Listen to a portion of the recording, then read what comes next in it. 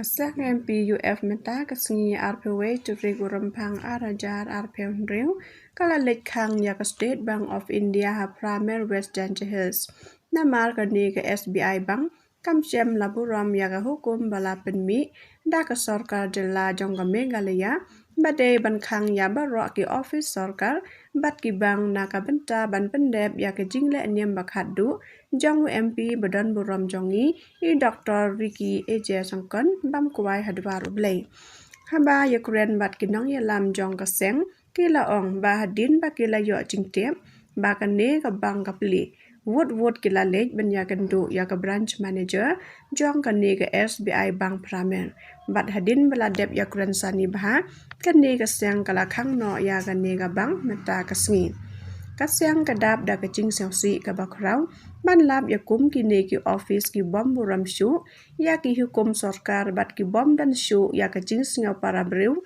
kham tam ya ka ne ka sngi kabala ai shu tikhnang na ka benta ka jing lehniam ba khatduh ya I Dr. A J Syngkon bang kwai hadwar ublei I belong MP jong ka won shillong parliamentary constituency.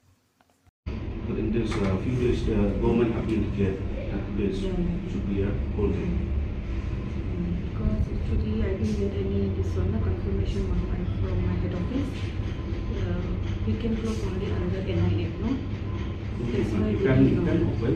There's the running price also have been closed today. Every bank, the whole state is closed today because they are state holiday now. So you must respect, especially our state countries. We should. You are right, so we have to close down. Yeah. Okay. Okay, madam. This scorecard.